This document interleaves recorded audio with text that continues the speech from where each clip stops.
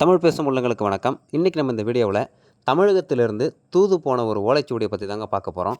இந்த ஓலைச்சுவடி யாருக்கு போகுது அப்படின்னு பார்த்தீங்கன்னா, சுல்தான் முகமது யாமின் அப்துல்லா அப்படின்னு சொல்லக்கூடிய முகமது கஜினிக்கு தாங்க போகுது. அதில் என்ன எழுதியிருக்கு அப்படின்னு பார்த்தீங்கன்னா, பாரத வருஷத்தின் வேங்கை வருகிறது அப்படின்னு மட்டும் தாங்க எழுதியிருக்குது.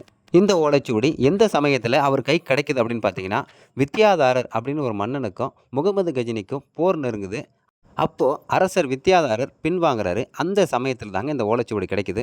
இதனால் குழப்பம் அடைஞ்சிடறாரு முகமது கஜினி. அந்த ஓலைச்சுவடியோட அர்த்தத்தை தெரிஞ்சுக்கிறதுக்காக தன்னோட படைத்தலைவன் திலகன் அப்படிங்கிறவரை கூப்பிட்டு அந்த ஓலைச்சுவடியை காமிக்கிறாருங்க.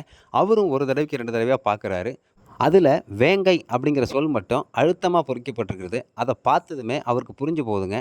அப்போது அவர் சொல்கிறாரு, இது புலியை குறிக்கக்கூடிய சொல்.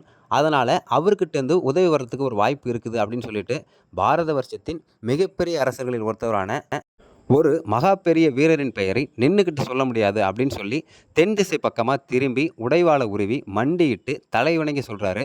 பெருவுடையார் ராஜேந்திர சோழன் அப்படின்னு சொல்கிறாருங்க. அந்த பெயரை கேட்டதுமே தனது 22 கால ஆட்சியில் அவர் நடத்திய போர்களின் வழியாக 60 விழிப்புண்களை பெற்ற மகாவீரரான முகமது கஜினியை எழுந்து நின்று தென் திசை திரும்பி தலை வணங்கினாரு அப்படின்னு சொல்லப்படுதுங்க. அந்த அளவுக்கு நம்ம பெரும்பாட்டன் ராஜேந்திர சோழன் பெயரை கேட்டாலே அனைத்து நாட்டு மன்னர்களும் நடுங்கி போயிருந்துருக்கிறாங்க. நன்றி, வணக்கம்.